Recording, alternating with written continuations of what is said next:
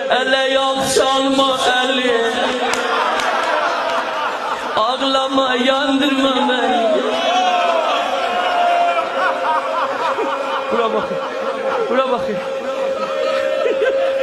Koy çekim tiri bolar.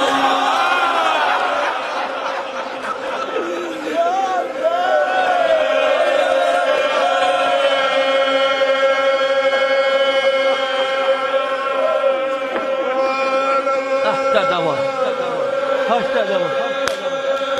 Yoxsi. Bunu mən Teşkuzarda demişəm. Yine de şu Teşkuzarda hal tapsa qoy burada da deyim. Vallahi təklif gətirin boynuma. Çəhdi oxi. Oxun yerinə Baxtiyarladı. Gördü ödəm başı yüzüne tezgah.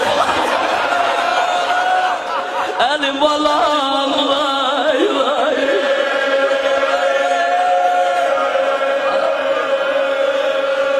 Elim valan vay vay. Bah bah bah. Ah bah bah.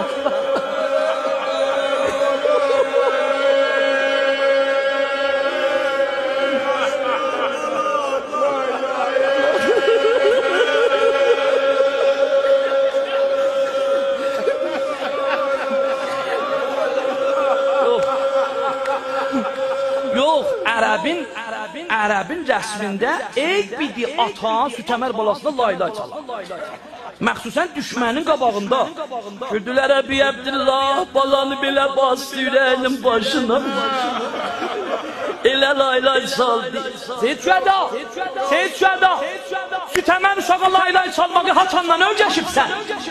Dedi bir laylay biləm, çayın aləm deyə bilməz.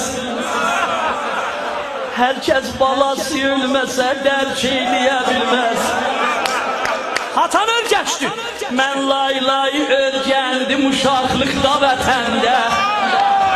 Zülmü ilə yananda qapımız möhsün ölən.